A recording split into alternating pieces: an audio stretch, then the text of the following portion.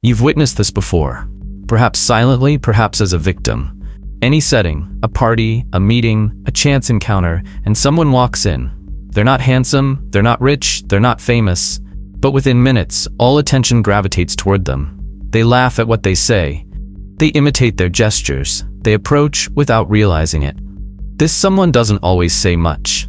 Sometimes they just exist, and that's enough to capture the space. Now think of the opposite. Another person walks in, perhaps even prettier, better dressed, perhaps even friendly, but something about them creates discomfort. They force their presence, they talk too much, they laugh at the wrong moments, and even when they try to get closer, they push you away. This is the most dangerous figure in the game of seduction. The anti-seducer. And maybe you've never realized it, but maybe on many occasions, you've been them. The anti-seducer isn't necessarily ugly, poor, or insecure. The anti-seducer is above all unconscious. They don't know what they're emanating, they don't realize the impact they're causing. He believes he's connecting, but he's actually devaluing his own presence. Robert Greene once said, "The seducer arouses fascination, the anti-seducer generates discomfort. And the cruelest thing, he doesn't notice. He keeps over-explaining, justifying himself, exposing himself, like an emotional castaway trying to reach any social lifeline to avoid sinking into the sea of invisibility." But what makes this even more dangerous is that we live in an age that romanticizes this behavior. Be yourself, they say. Tell the truth, don't play games. As if authenticity meant a total lack of strategy. As if being true was synonymous with being crude, inconvenient, predictable. This is the trap. And anti-seducers live in it, believing they're doing the right thing, while reaping the worst: silent rejection, unexplained disinterest, the distance that hurts but is never verbalized. Attraction, by nature, is instinctive. It originates in the unconscious. You don't decide if someone is magnetic, you just feel it. And the tragedy is that many try to rationalize an emotional phenomenon. They explain too much. They tell everything. They give themselves completely in the first conversation. They try to convince with logic, with their resume, with their accomplishments, when in truth the true power lies in what isn't said, in what is intuited but never fully delivered. The anti-seducer, without realizing it, kills the mystery, and with it, destroys desire. And this isn't just a flaw in the realm of romantic conquest, it's a flaw in the social game as a whole. The anti-seducer is the coworker who tries too hard to please and becomes a joke. It's the man who explains everything and is never heard. It's the woman who gives herself completely to someone who barely knows her. It's the friend who needs to prove himself with every sentence. And behind all of this, there's an ancient pain. The fear of not being enough. But the problem isn't the emotion, it's how it manifests. Seduction isn't about suppressing who you are. It's about honing what you emanate. Just like a sculptor, you are the marble. The art is in what is taken away, not what is added. We live in an era that glorifies spontaneity, that transforms exposure into a social value and sells raw sincerity as an absolute virtue. But here lies the contradiction that few have the courage to admit. Human beings are profoundly selective about who they respect for their authenticity. When someone they admire shows vulnerability, we call it courage. But when someone invisible opens up too much, we call it needy. The same attitude, double standards. The same truth, two consequences. This reveals something brutal. The other person's perception depends not only on what you deliver, but on how, when, and in what context you deliver it. And the anti-seducer, by ignoring this, becomes predictable, invasive, and worse, irritating. The honest person, the one who truly speaks, who has no filter, often prides themselves on being authentic. But what they don't realize is that their candor doesn't captivate. It suffocates. They strip themselves emotionally bare before generating curiosity. They share experiences before establishing connection. He reveals everything before becoming someone the other wants to unravel. And desire, in any sphere of life, is born of curiosity, not exposure. The philosopher Ortega y Gasset said, "Surrender comes from fascination." And fascination only exists where there is unknown. It only exists when there is silence, subtext, suspense. The anti-seducer, on the other hand, reveals the end of the film in the first 5 minutes. Robert Greene explains this succinctly. The seducer never reveals everything. He understands the power of innuendo. He provokes the imagination. The anti-seducer, on the other hand, is like a technical manual. He explains everything. He justifies everything. He comments on everything. His attempt at control through discourse unintentionally reveals what he tries most to hide: insecurity. That's why many women feel suffocated by men who talk too much, explain too much, tell too much. There's even a term for it: mansplaining. It's not about machismo, it's about excess. It's about explaining the obvious as if it were genius, about wanting to validate their intentions as if they were extraordinary, when deep down they're just another attempt at acceptance. And that is profoundly anti-seductive. But here's the cruelest part. These people often have good intentions. They want to connect, they want to be heard, they think they're doing the right thing, but they're getting the form, the rhythm, the space wrong. Because seduction, like music, depends on pauses. An experienced seducer knows that it's not just about what's said, but what's left unsaid. What's insinuated with a look, what's revealed through gestures, not words. Well-placed silence creates tension. The absence of a response builds anticipation. Mystery isn't a cheap trick. It's the art of keeping the other emotionally engaged in their own quest. Felipe Alves calls this creating gaps.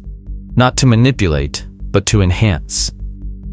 You don't attract by revealing everything, he says, but by revealing little by little, like someone offering clues to a treasure. And the anti-seducer does exactly the opposite. He gives away the entire map in the first conversation and without any silver linings. It's like someone who, upon meeting another person, spills all their traumas, preferences, hobbies, values, and expectations, believing this will generate connection. But the effect is the opposite. The other person doesn't feel engaged, they feel invaded, as if they've been forced to digest an emotional content they didn't ask for. The consequence, they pull away. Sometimes silently, sometimes rudely, but almost always without saying why.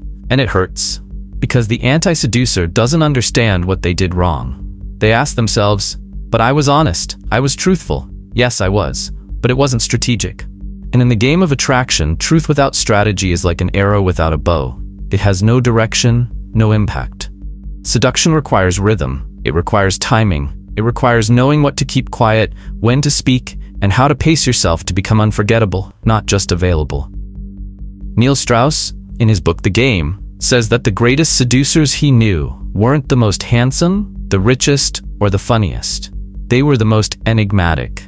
They were the ones who knew how to control attention, who knew how to disappear at the right time, who said less than expected, who left the other person guessing, filling in the blanks, creating projections. This is seduction, allowing the other person to desire you for what they don't know and not for what you've already told them. But there's one detail that transforms everything. The seducer doesn't lie. He doesn't invent. He doesn't build a character. He simply reveals his layers intelligently. He's not an actor, he's a director. He doesn't perform, he conducts. And this is where many confuse mystery with manipulation. Seductive mystery is sincere, but edited. It's true, but measured. It's intense, but not desperate. The anti-seducer, in turn, is like a child. He gives everything without a filter, without a map, without limits. He expects to be loved simply for being transparent. But transparency without structure is neediness. And neediness in the realm of attraction is perceived as weakness. And as Nietzsche said, everything born of weakness is evil. It may sound harsh, but it's true. This is how the collective unconscious works. We want what challenges us, what takes us out of our comfort zone, what provokes doubt, what demands reading, what makes us wonder what could be behind this. The anti-seducer, by eliminating this game, also eliminates desire. And here's the brutal invitation. Stop showing yourself. Start revealing yourself, little by little, with rhythm, with art. Be a story too good to be told all at once. Be a film worth watching all the way through. And remember, when you're 100% accessible, you lose value. What's rare is more desired. What's obvious is discarded. After all, as Machiavelli said in The Prince, men generally judge more by their eyes than by their hands. Everyone can see what you seem, few feel what you are. Seduction isn't about showing who you are. It's about provoking in others the desire to discover. And if you give everything away for free, no one wants to buy. You can say the right words in the right tone with the best of intentions, and yet, something about you repels. It's not your ideas, it's not the content, it's something that comes before speech. It's the way you occupy space, the way you enter a room, the way you exist there. Because before language, there is presence. And it is there that the second trait of the anti-seducer resides. The anxious energy that contaminates, the silent desperation that repels, the discomfort that is transmitted without a word being spoken. Presence is what precedes you. It arrives before your name, before your story, before your touch. It's what communicates without asking permission. And what many don't realize is that the body is an emotional antenna. It emits what you feel, even when you try to hide it. The tension in your shoulders, the gaze that doesn't stop, the forced smile, the hurried touch, the lack of pause. All of this says, I'm not in control. And when someone isn't in control of themselves, they're unlikely to attract. Human biology is programmed to identify cues of social value and security. Since the most primitive times, we've learned to trust leaders who convey stability and to avoid those with chaos in their eyes. This is no coincidence. Our brains respond to micro-expressions, posture, and rhythm of movement based on instinctive survival systems. When you enter a space in a hurry, anxious, or submissive, your body screams what your mouth tries to hide. I don't feel worthy of being here. And this scream is perceived, even if unconsciously, by everyone around you. This applies in any context. At work, do you know someone who speaks well but conveys tension? At a club, that guy who's even friendly but seems to be begging for attention with his eyes? In a relationship, that woman who, even though she's loving, conveys demand without saying anything? What all these examples have in common is a lack of gravity. Gravity is what attracts. It's what anchors. It's what makes someone magnetic. The anti-seducer lacks gravity. He floats, distracted, disconnected from himself. And this creates discomfort, even when the intention is good. Marilyn Monroe seduced because her presence was a paradox, vulnerable and confident at the same time. She didn't need to say much. Her posture, her cadence, her gaze, everything was a silent invitation. Cleopatra, according to Plutarch, enchanted with the sound of her voice alone. Julius Caesar won over crowds not by shouting louder, but by speaking as if he had already won. These figures understood something most ignore. Attraction is born from contained energy, not from released energy. From internal control, not external agitation. From calculated gestures, not exaggerated performance. Robert Greene calls this poeticizing presence. It means treating your image, your rhythm, your silences as elements of a strategic choreography. It's not theater, it's self-perception elevated to the level of art. A seducer, when he enters a room, doesn't try to be noticed. He simply becomes inevitable. Because his presence occupies space with intention. Because he knows that what attracts is not the quantity of energy, but its quality. The anti-seducer, on the other hand, is always trying to prove he deserves to be there. He moves too much. He laughs at the wrong time. He touches without calibrating. He speaks before the question is asked. He doesn't realize his anxiety is sticking to people like sweat, that his need is dripping through his words, that his very presence says, "Please accept me." And in the realm of seduction, asking to be accepted is like begging to be ignored. Because those who beg don't lead. Those who need too much scare. Those who convey urgency break the spell. Neil Strauss experienced this alongside Mystery, the greatest seducer of his time. Mystery was tall, gangly, emotionally unstable. But when he entered a room, he silenced everyone around him. Not because of what he said, but because of what he didn't say. His body was a stage of control. He moved slowly, with precision. His gaze was calculated, his smile strategic. He created tension with presence, not with words, and that was what made him irresistible. Because, as the saying goes, words seduce the mind, silence seduces the soul. But there's a dilemma here. How can you develop a magnetic presence without falling into the trap of forced performance? How can you avoid becoming just another anxious person trying to appear relaxed, which, by the way, is visibly pathetic? The answer lies in emotional self-control. Presence is a reflection of your internal state. There's no point in forcing the body, you need to transform the mind. This requires training, awareness, breathing, mirroring, and above all, intention. When you enter a room, do you know what you want to provoke, or are you just trying to survive the interaction? Magnetic presence isn't about superiority, it's about stability. It's about being the emotional touchstone in a chaotic world. It's about making people feel safe in your orbit. And that only happens when you're truly safe within yourself. Security isn't displayed, it's felt. And those who feel it, follow. Attraction isn't about persuasion, it's contagion. So, before learning techniques, phrases, or styles, learn to be. Learn to breathe with intention, to walk with rhythm, to pause without fear, to be silent with meaning. This isn't taught in school, but it's felt in leaders, artists, and memorable lovers. The body of someone who masters themselves says everything the mouth doesn't need to say, and that kind of language is impossible to ignore. Now look at yourself. How do you enter places? How do you sit? How do you react when you're silent with someone? How do you handle their gaze? Do you convey tranquility or need? Do you inspire curiosity or urgency? Are you an anchor or agitation? Because in the end, the anti-seducer isn't rejected for lack of beauty, money, or talent. He's rejected because he can't control his own energy. He's a transmitter of urgency.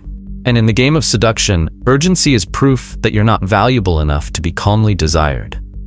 Nietzsche, in his analysis of power, said that happiness is the feeling that power grows, that a resistance has been overcome.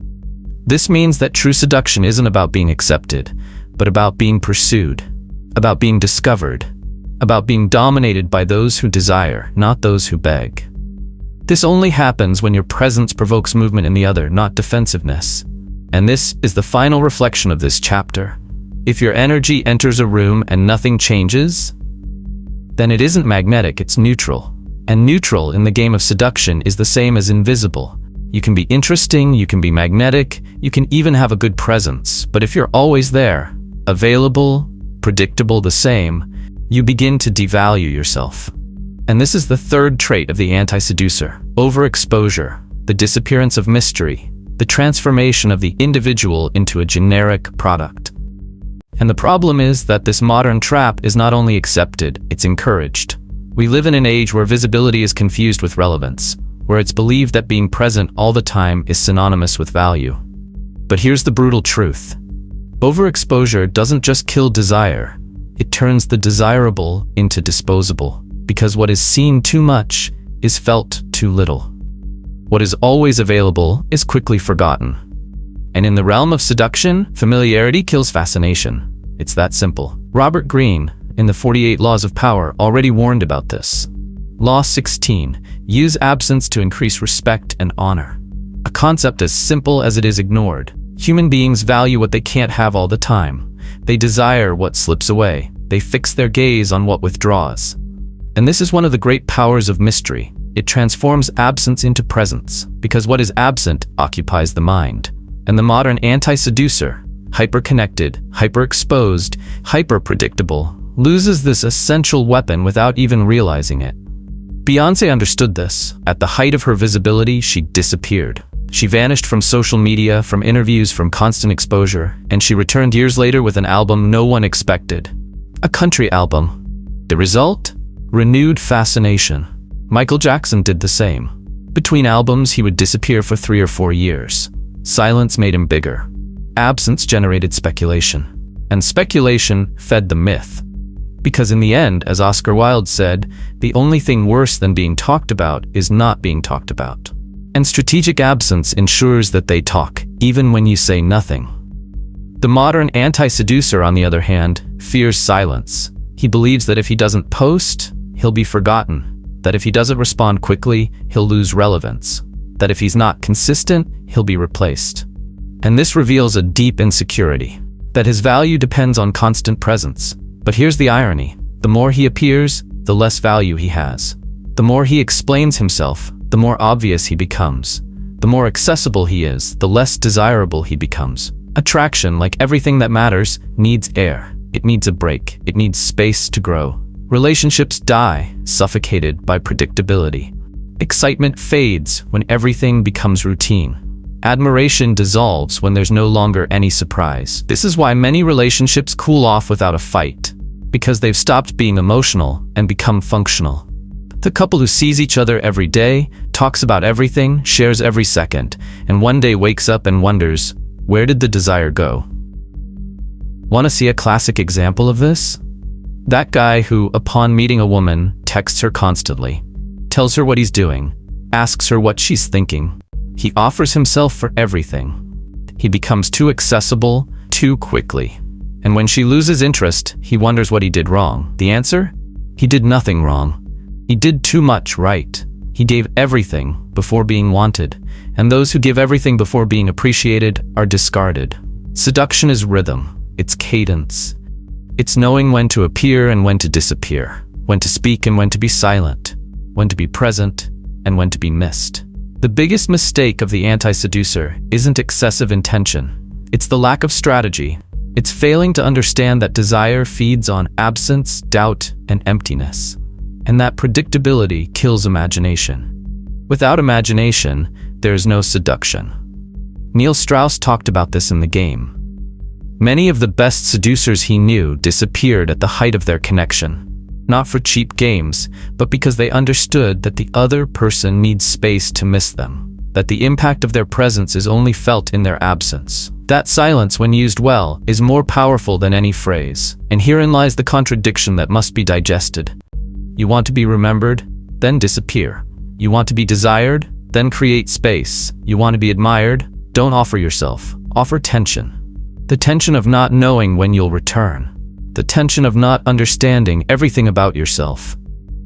The tension of realizing there's more, and that it won't be given easily. The philosopher Soren Kierkegaard wrote, "Life can only be understood by looking back, but it can only be lived by looking forward." Seduction follows the same logic.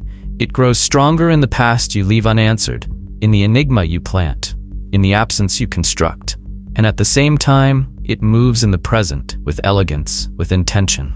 The seducer lives between what is visible and what is possible. The anti-seducer lives in the obvious and therefore dies in boredom. So if you want to escape the anti-seducer's trap, learn to create gaps, to disappear for 2 days, to not respond immediately, to not post everything you experience, to leave doubts, to build a life that doesn't depend on constant validation, a life that breathes on its own, and therefore attracts those who want to breathe alongside you, not those who need to save you from suffocation. But be careful. This isn't about being cold. It's not about being distant out of ego. It's about valuing what you offer. It's about understanding that too much presence kills presence, that showing too much kills imagination, that always being there turns you into an emotional extension of the other person, and not a universe to be discovered. If you've become predictable, it's not the other person's fault for losing interest. It's your fault for giving everything without being asked. It's your fault for turning mystery into a manual, surprise into routine, fascination into function. And this is the pain that needs to be felt.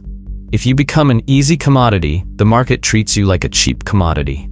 And in seduction, as in any game of value, what's cheap isn't desired. It's used, and then forgotten. You've made it this far. You've traversed invisible layers of anti-seduction. You've realized that what repels isn't what you say, but what you convey. That the body speaks before the mouth. That excessive presence nullifies impact. And that familiarity, when misused, destroys desire. All of this has become clear. But the truth is that understanding isn't enough. It's the next step that defines who will master this game and who will continue to be discarded without knowing why. Most stop here. They think they understand, that they just have to try to apply it on their own. That knowledge alone is power. But it isn't. Knowledge without execution is just another excuse disguised as progress. Because the error that's preventing you from being irresistible isn't superficial. It's ingrained in your gestures, in your pauses, in the way you look, touch, and position yourself.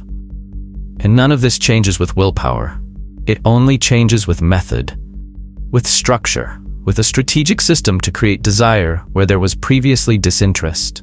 That's why we created the audiobook, The Forbidden Manual, How to Trigger Desire in 60 Seconds. It's not a long course. It's not a collection of cliches. It's a quick start manual.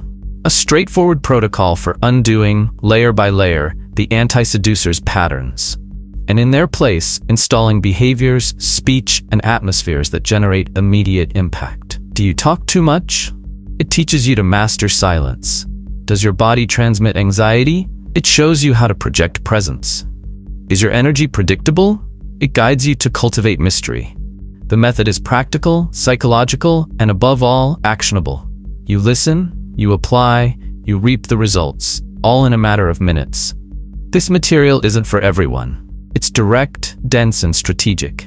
It doesn't pander to the ego. It confronts, it breaks patterns, it corrects what no one has taught you. And that's why it works. Because it goes straight to the root. Because it shows what no one else shows. Because it doesn't provide formulas. It activates transformation, real transformation, visible, socially felt. The name is forbidden for a reason. Because it teaches what society tries to hide. Because as long as you're predictable, anxious, and overly accessible, you're just another person. But by mastering mystery, emotional control, and strategic scarcity, you cease to be ordinary. And the moment this happens, everything changes. Conversations change, respect changes, interest surges, and for the first time, you feel what it's like to be truly desired. You can go it alone. You can continue consuming free content, trying to understand through trial and error. Or you can enter an environment where the map is already ready, where the structure has already been tested, where the path has already been traced. If you're ready for this, the decision is simple. Access the audiobook, The Forbidden Manual, How to Trigger Desire in 60 Seconds, now. It's the difference between another day of being ignored and the beginning of your new presence. Because the world treats you as you present yourself. And now, you have the chance to present yourself as someone who doesn't demand attention, but receives it effortlessly. The game has begun. And now you decide whether you'll remain a piece or the one who moves them all.